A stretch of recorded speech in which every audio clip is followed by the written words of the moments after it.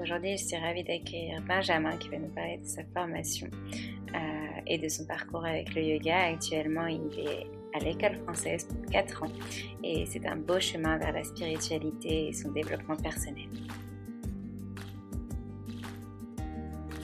N'oubliez pas que vous pouvez contribuer au développement du podcast grâce à la page Tipeee créée pour que vous puissiez faire des dons en échange de contreparties chaque mois, comme par exemple des e-books, des cours de yoga avec des invités, des vidéos ou encore des épisodes sur des thèmes précis avec des invités ou bien tout à la fois. Le lien est dans ma bio sur Instagram et je le remettrai en description. Merci d'avance pour votre contribution à faire grandir le podcast Le Yoga dans nos vies. Hello Benjamin, je suis ravie de te retrouver aujourd'hui pour ce nouvel épisode du podcast Le Yoga dans nos vies où tu vas pouvoir nous parler de ton parcours avec le yoga. Bonjour Alexandre, merci à toi déjà de m'inviter sur ton podcast et oui, je suis ravi d'échanger sur le yoga pour cet épisode. Super, moi je suis ravie de te retrouver du coup pour la deuxième fois parce que l'épisode avec les filles sur la philosophie du yoga va sortir avant cet épisode-là. Donc du coup on aura ton parcours après et je pense que tout le monde sera très curieux de l'entendre. Donc est-ce que tu peux nous parler, la première question que je pose à tout le monde, de cette aventure avec le yoga, la première fois que tu as rencontré le yoga? Comment ça s'est passé? Alors la première fois que j'ai rencontré le yoga, ça s'est fait via les arts martiaux. Mhm. Je pratique, depuis que je suis petit, je pratique les arts martiaux. J'ai fait du judo, du taekwondo, de l'aïkido et c'est mon professeur d'aïkido en fait qui proposait des asanas en échauffement. Mhm. Sans D'accord. préciser que c'était des asanas, mais je sentais que c'était des postures, tu sais, je savais ce qu'était le yoga, donc je sentais, je me disais: «Ah, ça ressemble un peu à du yoga, mais bon, voilà, sans plus».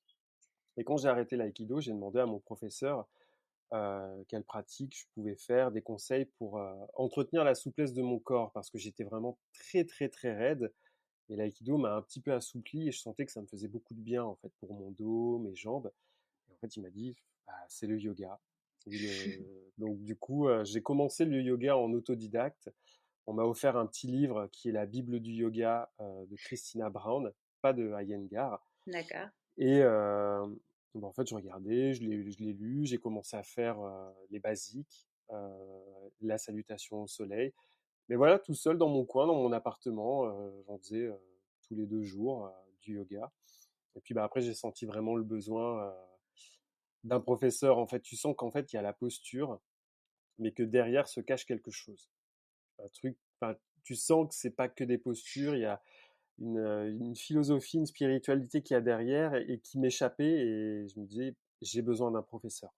Donc, et à partir de ce moment-là, j'ai eu mon premier professeur en 2012 ou 2013. Et bah après, j'ai enchaîné, j'ai eu plusieurs professeurs parce que j'ai pas mal bougé, mais voilà, j'ai toujours fait en sorte de garder un professeur euh, pour ma pratique du yoga. Ok. Et du coup, est-ce que tu peux nous expliquer ce que tu faisais à côté dans ta vie de tous les jours, entre guillemets, comme métier, etc., pour revenir un peu sur ce contexte-là? Alors mon parcours était très particulier, enfin il n'est pas très particulier, mais à l'époque j'étais, on va dire, dans les années entre 2005 et 2011, j'étais concepteur-rédacteur pour une grande entreprise de vêtements, vente par correspondance, les trois Suisses. Je sais pas si j'ai le D'accord. droit de les citer. Bah, je sais Et, pas. et en fait, à côté, si tu veux, mon métier de cœur, c'est l'écriture en tant qu'auteur, scénariste. Et j'ai quitté mon travail pour faire, à l'époque, ça s'appelait un FONGECIF. Je ne sais pas si ça existe toujours. Si tu veux, c'est un congé. En fait, c'est comme un congé de formation sur un an dans une école. Tout est payé par la formation est payée par l'entreprise. Tu touches ton salaire pendant la formation. Oui. Et je me suis inscrit dans une école de cinéma à Paris pour faire une formation de scénariste. Et à partir de là, d'après cette formation, j'ai quitté mon travail, j'ai essayé de vivre de l'écriture, ce qui n'est pas facile du tout, Mm. euh, tout en faisant à côté du yoga et de la méditation bouddhiste. Et puis bah, après, je voyais que c'était vraiment très très difficile. Et puis bah, il faut quand même manger à côté. Donc je voulais pas retourner dans la communication et je suis parti dans l'enseignement du français langue étrangère. Donc j'ai repris des études et j'ai travaillé à côté. Et Et puis là, récemment, je me suis remis à la rédaction en auto-entrepreneur. Parce que voilà, le métier de l'écriture, c'est vraiment quelque chose qui me manque beaucoup. Donc aujourd'hui, je suis rédacteur web et en formation professeur de yoga après 10 ans de pratique et de réflexion autour du yoga. Ok, on va parler de tes autres casquettes après, notamment ton podcast, etc. Oui. Et justement, je voudrais revenir un petit peu en arrière avant. Pendant du coup que tu travaillais en tant que concepteur, rédacteur Mhm. chez les Trois Suisses, du coup, si on a le droit de les citer, trop tard maintenant, mais Trop voilà. tard. C'est à ce moment-là que tu as rencontré le yoga ou c'était avant ou, enfin voilà. Euh, c'était En fait, c'est très particulier parce que il y a la pratique du yoga, finalement, je la faisais indirectement pendant l'aïkido. Euh, et je pratiquais la méditation, mais j'étais plus vraiment porté par le bouddhisme. Euh, Mhm, et pourtant, dans mes études, j'avais fait un master de communication culturelle. À un moment donné, on a étudié l'hindouisme, tu vois, le monde mhm, indien, l'hindouisme, les brahmanes. Et donc, j'ai toujours un peu baigné dans cette culture-là. Et en 2010, je me suis fait faire un tatouage sur le poignet. Au départ, sur le poignet droit, je voulais me faire l'ouroboros. Tu vois, c'est le serpent qui se mord la queue, ça fait mhm, un rond. Et j'ai un poignet très fin. Et mon tatoueur m'avait déconseillé de le faire au niveau du poignet, près de la main, parce que mon poignet était trop fin. Et il me disait, oui, le tatouage va pas être joli et je préfère pas, je préfère te conseiller de faire autre chose. Et en fait, mon deuxième choix, c'était le home. mhm. Donc, du coup, je me suis fait tatouer le Om en sanskrit euh, sur le poignet. Donc, finalement, l'histoire un peu, le yoga, le monde indien est toujours un peu présent avant que je m'initie au yoga même. D'accord, super. C'est super intéressant parce que ça veut dire que c'était quand même un petit peu ancré finalement, limite inné pour toi. Ouais. Et donc du coup justement, moi je veux en savoir plus sur cette démarche de maître yoga. Tu as expliqué que tu es allé un petit peu plus loin après au fur et à mesure avec différents profs et tu disais Mhm. qu'après tu as pas mal bougé. Donc est-ce que tu peux nous expliquer un petit peu ça, ce que tu faisais en parallèle, comment enfin voilà, t'as sûrement voyagé. En off, tu me disais que tu étais partie en Inde, qu'il y a eu un déclic. Enfin voilà, explique-nous tout ça. En fait, j'ai fait pas mal d'allers-retours dans ma vie entre Lille et Paris. Je suis originaire de la région, de la Mhm, métropole lilloise. Et j'ai surtout bougé pour ma vie professionnelle. Je travaillais dans les Hauts-de-France. Je suis parti faire ma formation à Paris. Je suis retourné à Lille. Je suis retourné à Paris pour me former pour être professeur de français langue étrangère. J'ai rencontré quelqu'un. Je me suis installé. Donc voilà, petit à petit, j'ai construit mon réseau et je travaillais déjà comme prof sur Paris. Il y a eu une rupture amoureuse, ça m'a plongé un petit peu dans la galère, une petite galère financière, donc je suis rentré chez mes parents en métropole lilloise. Là, j'ai trouvé du boulot je travaillais pour les écoles de commerce, mais dans les classes vraiment des étudiants étrangers. Et en parallèle à cela, je faisais des voyages. J'ai mhm. voyagé, je sais pas, en 2010 par exemple, je suis allé en Thaïlande. J'ai pas mal voyagé en Europe. Euh, et en 2019, finalement, quand je vivais à Paris avec mon ex, je suivais une professeure qui avait fait une formation à l'école française de yoga de Paris. Et moi, ça m'intéressait de découvrir les professeurs qui sortaient de cette formation-là. Et ça a été un un coup de foudre spirituel, je pense, euh, parce que j'adore toujours. Ce n'est plus ma prof, puisque bah, du coup, avec la distance, c'est un peu compliqué, puisque je suis retourné à Lille, mais j'adore son enseignement et la spiritualité qu'elle véhicule. Et en 2019, elle a organisé un voyage en Inde avec ses élèves et anciens élèves. On était 19. Comme c'est elle qui l'organisait, il y a eu un mix, tu vois, entre on a quand même fait du tourisme, on va pas se le cacher, et on a fait du spirituel la deuxième semaine. On a logé dans l'ashram de Mahananda Mohi, on est allé à Rishikesh. Enfin, après, Rishikesh, c'est très touristique, hein. Mais enfin voilà, il y Oui. avait le côté spirituel yoga. Et bah, du coup, je sais pas pourquoi, il y a une petite voix dans ma tête qui m'a dit fais-le, c'est maintenant ou jamais. Puis, bon, maintenant, quand on voit ce qui se passe en Inde, malheureusement, je suis plutôt. Enfin, je me dis, j'ai quand même bien fait d'y aller en 2019. Et oui, il y a eu un déclic là-bas avec le voyage, enfin, parce que du coup, je parlais beaucoup avec les gens. Bah, voilà, on faisait tous du yoga. Il y a eu, enfin, voilà, de très belles rencontres. Et bah, beaucoup avec ma prof de yoga, parce que enfin, voilà, je fais du yoga depuis 2010 et j'ai toujours hésité à me lancer dans la formation de professeur de yoga par un souci de légitimité, je pense. Et enfin voilà, on a longuement discuté pendant 15 jours, ça a eu le temps de travailler dans ma tête. Et le retour en Inde, le retour en France a été très brutal. Je pense que j'ai fait je vais pas dire une grosse dépression, mais enfin voilà, j'étais une grosse déprime. J'allais pas bien du tout. En fait, j'avais l'impression de revenir en prison, pour être honnête. Et c'était très très difficile. Et, Je connais ça. et en fait, à ce Les... moment-là, j'ai senti le besoin de faire la formation. En fait. Je me suis dit, il faut Ouais. le faire. Souvent, les voyages, c'est vrai que c'est révélateur finalement parce que tu vois Ouais. d'autres cultures, tu t'ouvres à un autre monde, à d'autres personnes qui Ouais. vivent totalement différemment de toi. Mm. Et quand tu reviens dans ce cocon parisien stressant, où en vrai le métro boulot dodo s'applique vraiment, etc. Bon, plus trop maintenant avec après ces confinements-là, Mm. mais clairement avant, du coup. 2020, c'était encore le cas. C'est vrai que quand tu reviens à Paris, tu déprimes. Moi, j'ai connu ça quand on est revenu d'Islande et c'était horrible. Pendant un mois, je pense, j'étais pareil. C'était pas une dépression, mais j'étais déprimée, quoi. Tous les jours, je traînais des pieds pour aller au boulot. Donc, je comprends exactement ce que tu ressentais parce que pour le coup, quand tu as vécu une expérience hors du commun, tu te dis waouh, mais en fait, mince, c'était fait pour s'arrêter finalement. Mais bon, c'est des prises Oui. de conscience. Oui, voilà, c'est des prises de conscience. Ça fait forcément mal, mais c'est un peu salutaire parce que ça fait forcément changer, ça change ta vie. Et Mm, tu vois, pour l'anecdote, on était dans le groupe, on était en Inde, on était 18, 19, et en rentrant, on était 5 à s'être inscrits à une formation de professeur de yoga. d'accord. Tu vois, Ah oui. pas forcément l'école française de yoga, on est deux à avoir choisi les écoles françaises de yoga. Et les autres sont partis sur d'autres chemins de formation.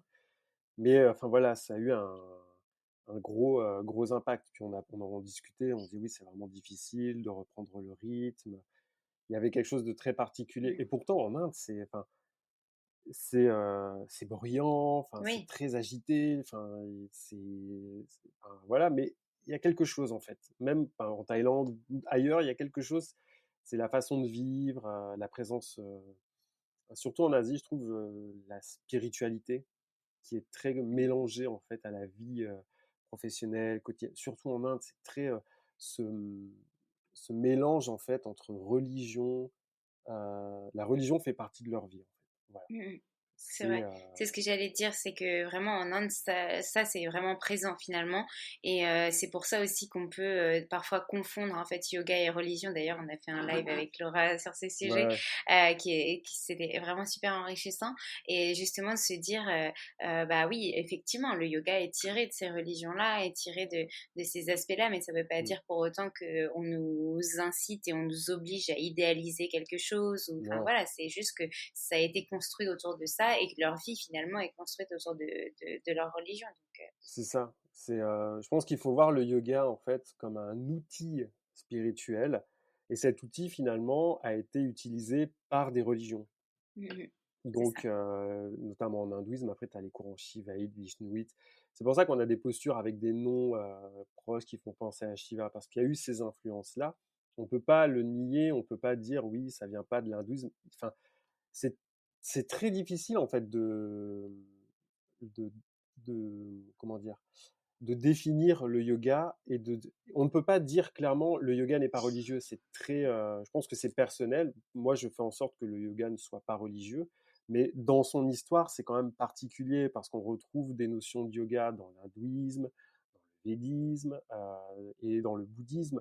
Et après, ce sont des pratiques qui sont utilisées. Donc, religieux, pas religieux, c'est vraiment très très compliqué en fait. C'est même en faisant le podcast La Voix d'un Yogi, c'est vraiment j'essayais de prendre, enfin voilà, j'essayais de dire que ce n'est pas religieux, mais je précisais toujours que c'était de mon point de vue parce que je ne voulais pas associer cet outil et cette pratique à une religion. Oui, oui, et puis toutes les valeurs qui sont transmises par le yoga, elles inculquent quand même cette culture-là. Oui, Même si elles inculquent pas forcément la religion, il y a quand même le langage, le sanskrit, qui est déjà quelque oui, chose de bah différent oui, que nous, on connaît pas forcément en Occident. Enfin, voilà, plein de choses qui diffèrent. Donc forcément, on peut se dire, non mais attends, je vais rentrer dans une secte ou autre. Enfin, c'est ça. là, on est dans un débat.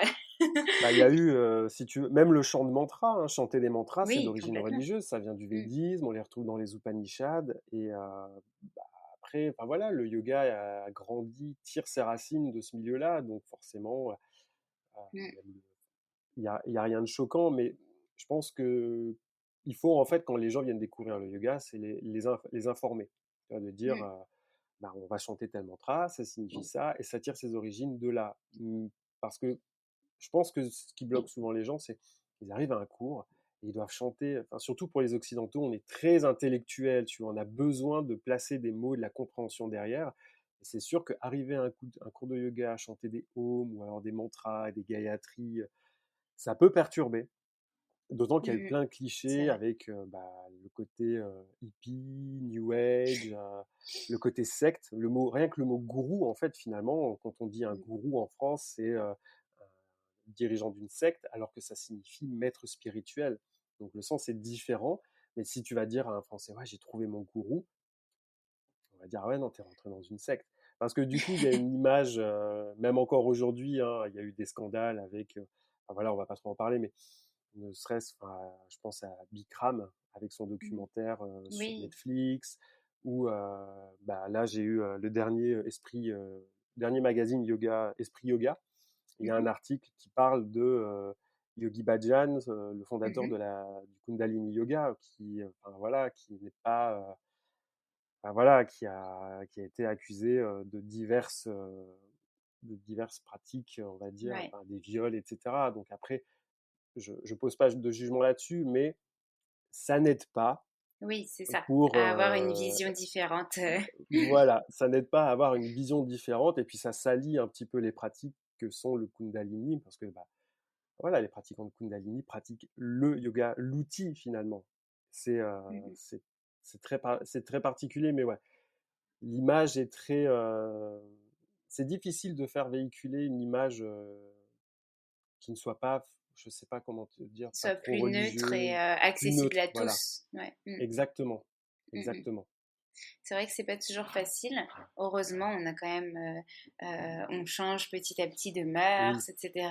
Ces confinements aussi nous ont aidés à nous ouvrir à pas mal de nouvelles choses. Donc c'est bien finalement. Mm. C'est pas que du négatif. Et justement, je voulais revenir sur toi, ta démarche. Donc quand tu es revenu donc en 2019 de ton voyage en Inde, Mhm. tu as démarré ta formation quand? Comment ça s'est déroulé? Donc là, tu y es encore. Est-ce que tu peux nous raconter un petit peu, voilà, depuis 2019, ce que tu as mis en place, ce que tu as fait? Tu as commencé à donner quelques Mhm. cours. Enfin, et puis bah, le podcast aussi, etc. Alors quand je suis rentré d'Inde, j'étais tellement pas bien finalement dans la reprise que j'ai pris 5 jours pour partir au bord de la mer. Euh, et en fait, pendant ce temps-là, j'avais rien pris de quoi écrire, un bouquin.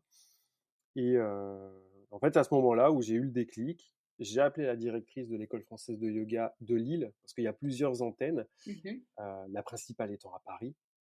Je suis allé à celle de Lille, qui est quand même beaucoup moins chère, faut bien l'avouer. Ben voilà, donc du coup, C'est un mais critère. c'est un critère, et en plus, on va dire, au niveau de l'enseignement, on a des formateurs de Paris. Mm. Donc, mais on a moins d'heures qu'à Paris. On est à 600 et quelques heures sur les 4 années contre 900 à Paris. D'accord. Mais moi, ça me dérange pas. J'ai les cours que je veux. Donc du coup, j'ai contacté la directrice. J'ai dû demander à bah, ma prof, à qui je suis parti en Inde, une lettre de recommandation. Et en parallèle, je voulais monter un blog qui retrace un peu mon parcours d'étudiant à l'école française de yoga, de pratiquant à professeur, et voilà, témoigner un peu ce processus de transformation, parce que bon, quand tu fais une formation sur 4 ans, qui demande beaucoup d'engagement, forcément, ça a un impact sur ta vie.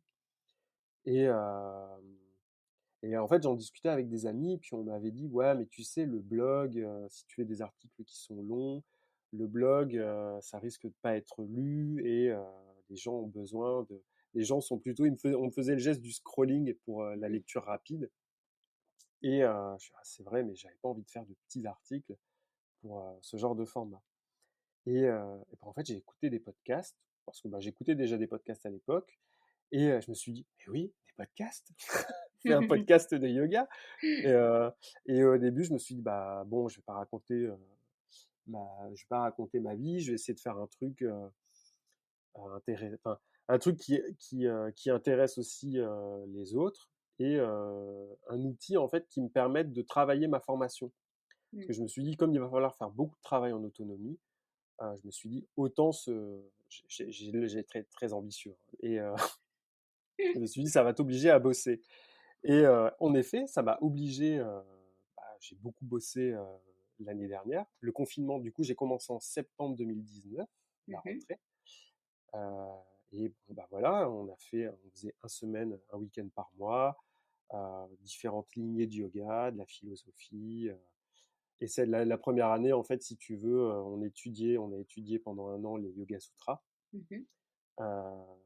Voilà, enfin ça c'est et pour cette formation, si tu veux, ça a été vraiment le cours de philosophie où, Mmh. en fait, je me suis senti, à chaque fois que je suis à ces cours, je me sens, à ma place. Mmh. J'adore faire les pratiques, même enseigner, mais c'est quand je suis un cours de philosophie où je me sens vraiment à ma place. D'accord. Et donc, c'est de là que tu t'es dit, bah, en fait, ça va être ça le sujet du podcast. C'est ça, c'est ça. Du coup, enfin voilà, ça a commencé, je l'ai laissé mûrir, je faisais des recherches comment monter un podcast à l'époque. J'ai acheté mon micro, je faisais quelques essais et en fait, en discutant avec des gens de ma promotion à l'école française de yoga, bah, j'ai appris qu'une femme de ma promo est animatrice radio pour France Bleu Nord. Et D'accord, finalement, elle m'a accueilli dans les locaux de France Bleu Nord et elle m'a super, donné une session de 1 heure, 1 ou 2 heures, je sais plus, d'entraînement, en fait, de d'accord. lecture au micro. Et au départ, on devait se voir régulièrement pour m'entraîner et travailler ce que j'écrivais pour la voix d'un yogi, etc. Sauf que bah, le Confinement. confinement est arrivé et moi j'avais qu'un épisode de fait et je me suis dit bon, qu'est-ce que je fais? Le premier épisode est quand même bien. Je vais pas attendre la fin du confinement parce qu'on sait pas comment ça va se passer. Et en fait, je l'ai lancé. Je me suis dit, allez, lance-le. Et puis, bah, de toute façon, j'ai le confinement. Au niveau du boulot, je bossais pour des écoles de commerce. Bah, ça a été tellement étrange, en fait, qu'on a eu plusieurs semaines de battement où les cours ont été annulés le temps que les écoles s'adaptent. Il me restait plus beaucoup de cours à ce moment-là. Donc, j'ai commencé à bosser mes épisodes de La Voix d'un Yogi. Au début, c'était des épisodes, je publiais de façon hebdomadaire. Et en fait, j'ai vu que c'était tellement crevant que j'ai ralenti le rythme. Je suis passé à 2 épisodes par mois. Et c'était quand même un rythme très Oui. intense. Mais ça m'a beaucoup aidé parce que, enfin voilà, dans la première saison, je parle beaucoup des Yoga Sutras. Bah parce que j'ai étudié en philosophie, j'ai étudié les Yoga Sutras. Donc, je faisais forcément le Mmh. parallèle parce que même pour moi, ça m'aidait. Enfin, voilà, j'avais des documents, ça m'aidait à mieux comprendre aussi pour ma formation. Et à la fin de l'année, en philosophie, on a une dissertation à faire sur, on a un sujet et j'ai fait une dissertation sur Abhyasa et Vairagya. D'accord. Donc voilà. Là, cette année, on étudie les Upanishads. Si tu Enfin, peux nous refaire juste un petit, oui. pour ceux qui ne connaissent pas, nous dire ce que c'est les deux termes que tu as cités juste avant. Alors, Abhyasa et Vairagya, Abhyasa, c'est la pratique assidue Mhm. et Vairagya, c'est le lâcher prise. Donc, dans les Yoga Sutras, pour Patanjali, dans les Yoga Sutras, Abhyasa et Vairagya, c'est un des facteurs qui permet d'accéder à l'état de yoga, le samadhi, qui met l'état de yoga, donc l'arrêt des Une fluctuations du mental. fluctuation du mental. T'as Abhyasa et Vairagya, et le deuxième facteur qui est bah, du coup un peu plus religieux, c'est Ishvara Pranidhana, qu'on va traduire par l'abandon au Seigneur, avec cet Ishvara qui est la conscience supérieure. C'est un autre facteur qui est une sorte de dévotion et qui permet d'accéder aussi à l'état de yoga. C'est Donc, ça. mais nous, on va dire, pratiquants de yoga, on est plus sur le Abhyasa et Vairagya et les 8 membres du yoga. Ok, super. Bah, merci pour cet éclaircissement. Et de toute façon, Je t'en pour prie. en savoir plus, il faut aller écouter la saison 1 de La Voix d'un Yogi. Oui, voilà. Et du coup, sur la suite, donc tu as fait t'as lancé ton podcast qui a Mhm. cartonné et qui continue toujours. Donc là, aujourd'hui, tu as fini la saison 1 et tu réfléchis sur la saison 2. Oui. Et en parallèle de tout ça, tu continues ta formation. Je suppose que tu as pu donner des cours. Comment ça s'est passé? Qu'est-ce que tu as mis en place pendant ce confinement? Et puis, bah voilà, en parallèle. Est-ce que tu as redonné des cours dans des écoles? Enfin voilà, ton projet aussi professionnel. Alors pendant le premier confinement, j'ai donné des cours de yoga. Mhm. C'était plutôt à des amis qui m'ont demandé si je pouvais leur donner cours parce que il y avait, en plus de faire une pratique physique, il y avait un besoin de relâcher le stress en fait. Mm. Par rapport à cette situation, à l'époque, c'était vraiment très exceptionnel et beaucoup de personnes l'ont mal vécu. Donc voilà, je donnais cours à deux, trois personnes. Ça a duré un an et voilà, après, j'ai décidé quand j'ai terminé la saison 1 de La Voix d'un Yogi, j'ai décidé aussi de faire une pause avec les cours que je donnais euh, pour vraiment voilà, me recentrer, repartir sur la formation, puisque bon, on faisait beaucoup de formations en ligne. La formation était sur Zoom, mais je t'avoue que c'est très difficile. Très, Bah très oui. difficile de faire des week-ends de formation, être en ligne. J'ai éprouvé beaucoup de frustration de ne pas revoir les gens de ma promo, de Mm, voir mes professeurs derrière un écran. Et il y a eu un vrai sentiment de solitude dans la pratique et dans la formation où on est vraiment tout seul avec ses notes et on perd toute cette notion, ouais, le collectif en fait. Après, on perd ça et ça m'a un petit peu, bah, ouais, on va le dire sans langue de bois, ça m'a un peu dégoûté de la pratique parce que bah, du coup, quand je pratiquais, il y avait un vrai sentiment de solitude parce que c'était toujours chez moi, enfin, mm, toujours dans le même espace finalement. Alors qu'avant, quand tu avais des studios, tu pouvais bouger, tu allais dans un autre mm. endroit qui était vraiment dédié à la pratique du yoga.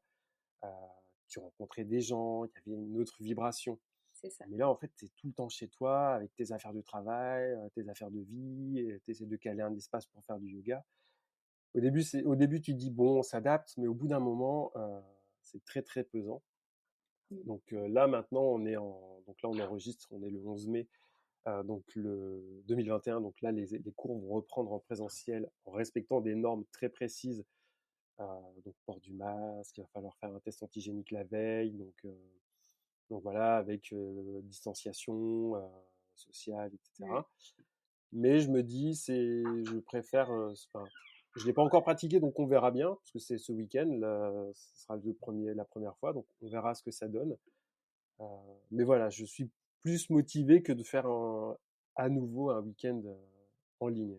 Oui, c'est ça. Donc, Mm. C'est la donc, nouvelle dimension, comme si tu retrouvais ta formation.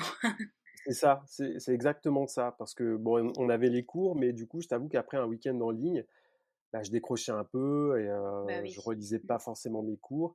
Après, je bossais beaucoup pour la voix d'un yogi, donc je me disais, bon, l'un dans l'autre, il y a le podcast qui est là aussi pour me faire travailler, dans un sens. Euh, donc ça m'a quand même beaucoup aidé. Et puis après, quand tout s'est arrêté, quand j'ai décidé de faire la pause pour le podcast, il y a une autre problématique, c'est bah, là, tu fais face au vide. T'es Mm. là, c'est un peu, ah, bah oui, j'ai décidé de faire une pause de tout, mais c'est on doit apprendre à prendre du repos et c'est pas forcément évident, enfin, même quand on fait du yoga, qu'on médite, etc. Parce que bah, on travaille. Je suis un bourreau de travail, hein, donc j'ai toujours été comme ça. Et là, ça m'oblige à ralentir. Et puis après, au niveau professionnel, j'avais décidé d'arrêter les cours de français pour me consacrer à la rédaction web. Euh, Ça n'a pas été facile. C'est pas facile, pardon. Ce n'est pas facile de trouver des clients, mais bon voilà, j'arrive à me débrouiller. Voilà, j'arrive à me débrouiller. Euh, pour le moment, ça va. Euh, mais il y a cette petite pression où bah ouais, le statut d'auto-entrepreneur, c'est un statut qui est pas simple. Mmh. D'ailleurs, enfin, moi en plus, je l'exerce en tant que rédacteur web et pas en tant que professeur de yoga. Et comme je suis une formation de 4 ans, j'en suis actuellement à ma deuxième année, je réfléchis beaucoup sur mon avenir en tant que professeur de yoga. Comment je veux utiliser enfin, pas l'utiliser, mais je veux transmettre le yoga, comment je veux l'enseigner. Euh, j'ai pas spécialement envie de courir entre les écoles de yoga à droite à gauche et, et à m'épuiser. Ça, c'est J'ai sûr, peur que ouais. ça me dégoûte du yoga et j'ai pas envie de ça. Donc voilà, il y a une vraie réflexion là-dessus, à savoir, je préfère pour l'instant bosser en tant que rédacteur web et donner des cours de yoga, on va dire plus pour me faire plaisir ou par plaisir d'enseigner, sans que ce soit une source de revenus principale. Parce que je me connais, ça va beaucoup me stresser et je ne veux pas m'épuiser et être dégoûté du yoga en fait. J'ai juste peur enfin, j'ai pas envie de ça, quoi. Mmh mh. Je te comprends.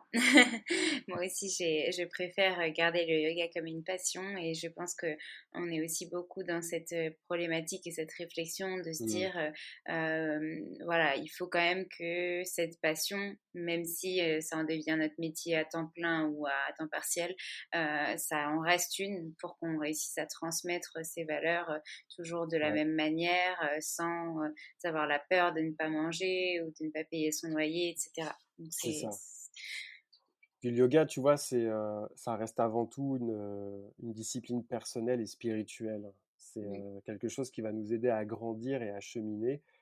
Euh, enfin, ça va permettre de grandir aussi bien sur tous les plans, on va dire. Et même, on n'est pas obligé de. Enfin, tu vois, il y a plein de gens qui font des formations de professeurs de yoga qui ne sont pas professeurs de yoga parce que ce sont des écoles de vie. Voilà, moi j'appelle mmh, ça des écoles de vie. On rencontre des gens, on a une formation, on grandit avec et on grandit spirituellement. Et c'est ça aussi le yoga. Enfin voilà, c'est j'aime pas ce mot, mais c'est vrai qu'en ce moment, j'ai cette impression où le yoga et le business sont un peu trop proches l'un de l'autre. Et c'est, je ne décris pas ça, mais ça me pose des questions en fait par rapport à moi sur le plan personnel, j'entends bien, sur comment envisager, on va dire, ma carrière entre guillemets mmh, de professeur de yoga et comment, enfin voilà. Et pour le coup, je suis je content de faire une comprends. formation de 4 ans pour justement voir comment les choses évoluent et voir comment moi je me sens, est-ce que je me sens aligné avec Mmh, telle ou telle vision de mmh yoga. mh. Oui et puis d'ici là, ça aura encore évolué, encore donc Oui, tu auras le temps oui, de te poser des questions aussi, et de les mettre au goût du jour, on va dire. oui, oui. Puis tu vois, dans 2 ans, ce sera un changement dans ma vie, enfin pas un changement dans ma vie, mais tu vois, symboliquement, dans 2 ans, j'ai 40 ans. Donc, tu vois, c'est un âge, bon, après, je vais pas dire je vais faire une crise de la quarantaine, mais il y a c'est un âge symbolique, je trouve, Mmh, les dizaines, comme les 30 ans, 40, 20 ans, 50 ans. Donc, je me dis, en fait, voilà, je vais finir ma formation, je serai diplômé de l'École française de yoga, j'aurai 40 ans, donc j'entame une nouvelle partie de ma vie et, euh, et là, je sais qu'actuellement, pendant ces 4 ans, c'est un processus de transformation et que je ne peux pas prendre de décision à la légère. Je laisse faire les choses infusent en fait, comme me dit la directrice de l'école. Laisse infuser les choses. super. Oui, c'est une super vision et puis voilà, c'est aussi, se lâcher prise et cet instant présent, qui est important dans le yoga. Du coup, tu nous as déjà parlé un petit peu des potentiels, futurs projets, donc là, terminer cette formation et voir où est-ce que tu en es. Est-ce que Ouais. tu as, envie de rajouter un message pour la fin, nous dire, voilà, peut-être, laisser, ouais, un message à tes potentiels élèves ou à nos auditeurs, nous partager quelque chose, un conseil ou autre? De, d'être, je pense que le mot, ça reste toujours, c'est quelque chose que je m'efforce d'appliquer, notamment pour ma pratique de yoga, c'est la bienveillance. Être bienveillant avec soi-même et dans sa pratique. Et ne pas le culpabiliser parce que je suis passé par là et des fois je culpabilisais de ne pas pratiquer tous les jours. Euh, Quand je dis pratiquer, c'est vraiment dérouler le tapis et faire des postures, enfin voilà, faire une pratique physique et respiratoire. De ne pas culpabiliser pour ça si on ne le fait pas tous les jours. Euh, le yoga, c'est aussi autre chose en fait. C'est un état d'esprit. Il y a d'autres façons aussi de faire du yoga, euh, ne serait-ce dans sa relation avec les autres, les yamas, les niyamas, relation à soi, des lectures aussi. Euh, J'encourage aussi les gens à découvrir les textes de yoga. On a les plus connus, hein, on a les Yoga Sutras, mais bah voilà, moi j'aime bien. Enfin voilà, Laura en parle beaucoup, hein, Laura Harley, Mm. c'est la Bhagavad Oui, oui. Gita. Euh, il y a les Upanishads, il y a plein de textes qui, ça permet de mieux comprendre ce qu'est le yoga. Mm. Voilà, c'est de comprendre les origines du yoga, de comprendre qu'à l'époque, en fait, le yoga, c'était pas du tout une pratique physique. Enfin, c'était surtout une technique de concentration et de respiration. Mm. Et c'est un état d'esprit. Et aussi, enfin voilà, j'invite ça et toujours, bien entendu, euh, transposer à notre époque. Parce qu'il y a des textes, je reprends les Yoga Sutras, ça s'adressait à l'époque à des ascètes. Mm. Nous ne sommes pas des ascètes, nous ne sommes pas indiens, nous ne sommes pas hindous. Euh, En France, on a grandi dans un contexte qui est, on va dire, laïque, Mm. avec des origines, on va dire, religion chrétienne. Donc forcément, il y a un autre inconscient collectif qui est là, et c'est pas évident en fait de tout mélanger, C'est enfin ça. de tout pas mélanger, de tout concilier, et on fait du mieux qu'on peut. Et voilà. Et oui, la pratique tous les jours, enfin, on peut même méditer. Enfin, tu vois, moi des fois, pendant le confinement, où je te disais, j'étais un peu dégoûté de la pratique. Je pratiquais, mais vraiment très, très, très peu, parce que je ressentais surtout le besoin de m'asseoir, de fermer les yeux et de méditer. Je me suis plus tourné ces derniers temps vers la méditation parce que ça me faisait plus de bien Mm. que de faire 1 heure et demie d'asana et de pranayama. Je sentais que mon corps résistait. Tu vois, tu fais des postures, tu te sens plus raide, tu sens que le corps et l'esprit ne veulent pas. Et quand tu t'assois, il y a, C'est ça. donc voilà, c'est aussi savoir, c'est ça aussi le yoga, c'est savoir s'écouter en fait, Mm. Mm. et Je ne suis pas être dans totalement la d'accord avec comparaison. toi. Être un peu indulgent avec soi-même, Ouais, savoir s'écouter et utiliser le yoga dans toute son entièreté, c'est-à-dire comme outil, comme on disait depuis tout à l'heure, qu'on peut adapter à son quotidien et qu'il n'y a pas seulement la pratique physique qui est là, mais plein, plein d'autres oui. outils qui peuvent nous apporter du bien-être.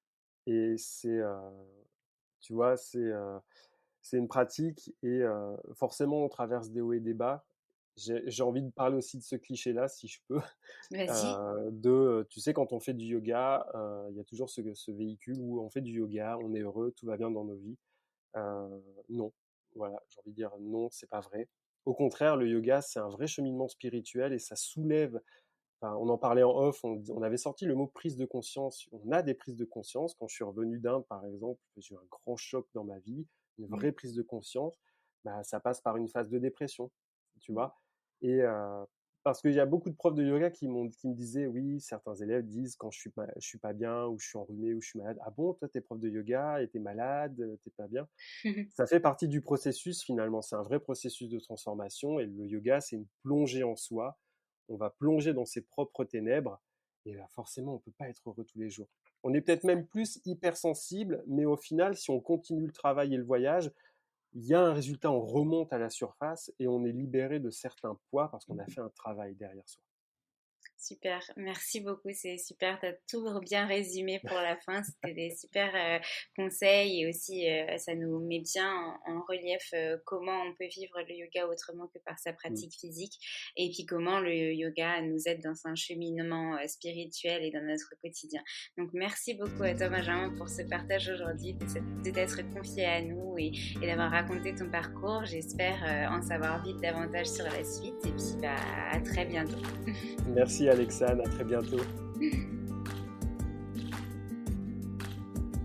Si vous voulez soutenir le podcast Le Yoga dans nos vies, n'hésitez pas à laisser un commentaire et des étoiles sur Apple Podcasts. Vous pouvez aussi m'envoyer des messages, des questions, ça me fera très plaisir. Chaque semaine, découvrez le parcours d'une prof de yoga pour vous montrer l'immensité des possibilités dans le monde du yoga. Pour ne rien manquer des nouveaux épisodes à venir, n'hésitez pas à vous inscrire à ma newsletter.